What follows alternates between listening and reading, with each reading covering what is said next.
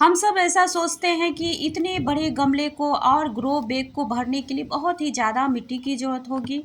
और जब हम इतने बड़े गमले में कोई पौधा लगा देंगे तो उसके लिए भी बहुत ही अच्छी मात्रा में खाद भी उसको देनी पड़ेगी। तो इन सभी बातों के लिए हम ऐसी मिट्टी सबसे पहले बना लेंगे कि गमला भी हल्का रहेगा और बहुत ही कम मिट्टी में पूरा गमला भर भी जाएगा। और जब हम पौधे को लगाएंगे तो उसमें बार बार खाद देने की भी ज़रूरत नहीं होगी। और हमें ऐसा नहीं है कि बाज़ार वाली खाद का यहाँ यूज करना है। हमारे पास जो चीज़ें अवेलेबल है उसी का यूज करके हम बड़े बड़े गमले और ग्रो बैग को भर सकते हैं। तो यहाँ पे देखिए मैंने सबसे पहले गमले में होल कर लिया है।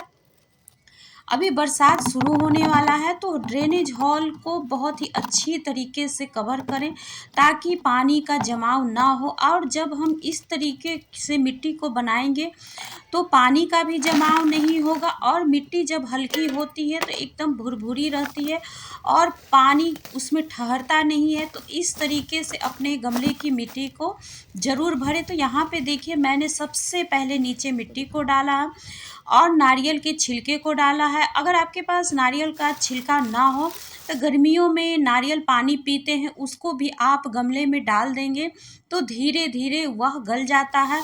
और यहाँ पे देखिए मैंने सूखे पत्ते को डाला है।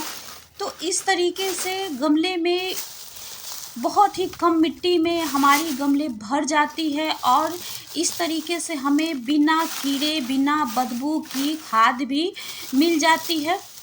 ना ही हमें गमले में बहुत ही ज़्यादा मात्रा में खाद डालने की ज़रूरत पड़ती है। तो देखिए मैंने यहाँ पे पत्तियों से पूरे गमले को भर दिया है और यहाँ पे थोड़े से गोबर के कंडे के टुकड़े को मैंने यहाँ पे डाला है। तो इस तरीके से जब हम मिट्टी में थोड़े थोड़े मात्रा को गोबर के कंडे या वर्मी कंपोस्ट को डालेंगे तो बहुत ही पावरफुल हमें खाद भी मिलेगा और पौधे को बार बार खाद डालने की भी ज़रूरत नहीं पड़ेगी। तो यहाँ पे देखिए मैंने थोड़े से ही वर्मी कंपोस्ट को डाला है।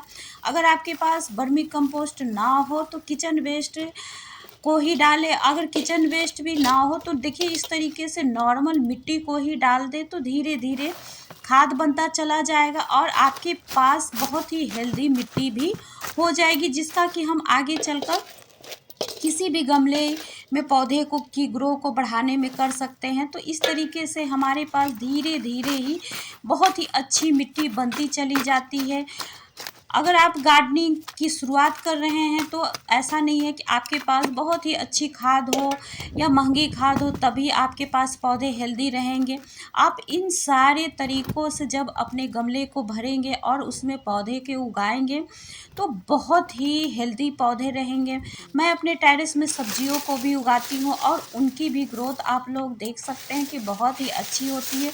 तो यह पहला तरीका था गमला भरने का और यहाँ पे देखिए मैं दूसरे तरीके से गमले को भर कर दिखा रही हूँ। यह मेरे टेरेस के ही कुछ सब्जियाँ थी जो कि अब ख़त्म हो चुकी हैं।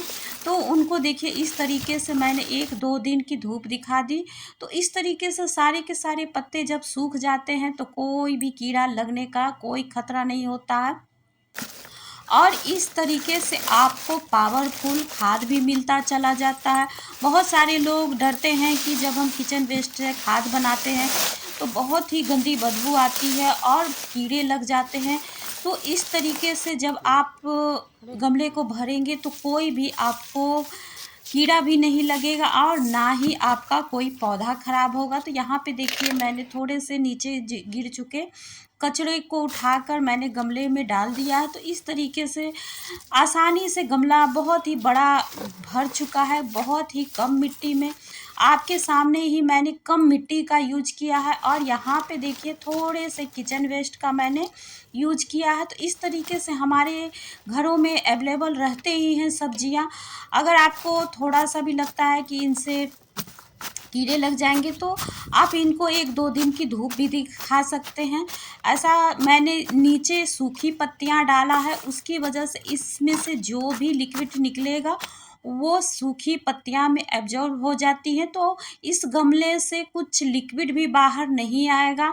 और इसके बाद देखिए मैंने थोड़े से वर्मी कंपोस्ट को डाला है और यहाँ पे नॉर्मल गार्डन सॉइल को डाला है। तो इस तरीके से जब आप गमले को भरेंगे और पौधे को लगाएंगे तो आपका पौधा बहुत ही आसानी से इसमें ग्रो करता चला जाएगा। मैं आगे की अपडेट में दिखाऊंगी कि कितनी अच्छी सारे पौधों की ग्रोथ हो रही है। तो यहाँ पे देखिए यह दूसरा तरीका हुआ है और आपको बहुत ही कम टाइम में खाद भी मिल जाएगी और आपको बार बार खाद डालने की भी ज़रूरत नहीं पड़ेगी।